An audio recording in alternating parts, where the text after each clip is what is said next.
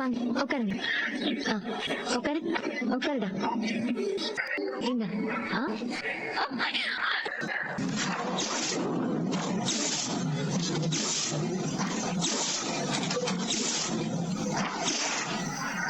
அவ வரமாட்டா. அடுத்து என்ன பண்ணலாம்னு யோசி.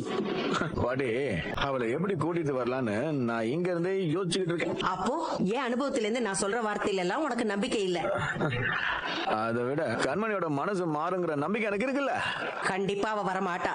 பரவாயில்ல, வர வரைக்கும் நான் வெயிட் பண்றேன். இந்த பாரு, சும்மா குடிச்சிட்டு உளறிட்டு இருக்காத. அவ இல்லன்னா என்ன, அப்படியே வாழ்க்கை முடிஞ்சு போயிடுச்சா? அவ வரலன்னா கடைசி வரைக்கும் தனியாவே இருந்து உன் வாழ்க்கையை வேஸ்ட் பண்ண போறியா? பாட்டி, நான் உங்களை ஒண்ணு கேட்கலாமா? கேளு. தாத்தா இறந்ததுக்கு அப்புறம் ஏன் பாட்டி இன்னொரு கல்யாணம் நீங்க பண்ணிக்கல? அவர் இல்லன்னா என்ன, எனக்காவது கண்மணி வருவாளா இல்லையான்னு நிச்சயமா சொல்ல முடியாது.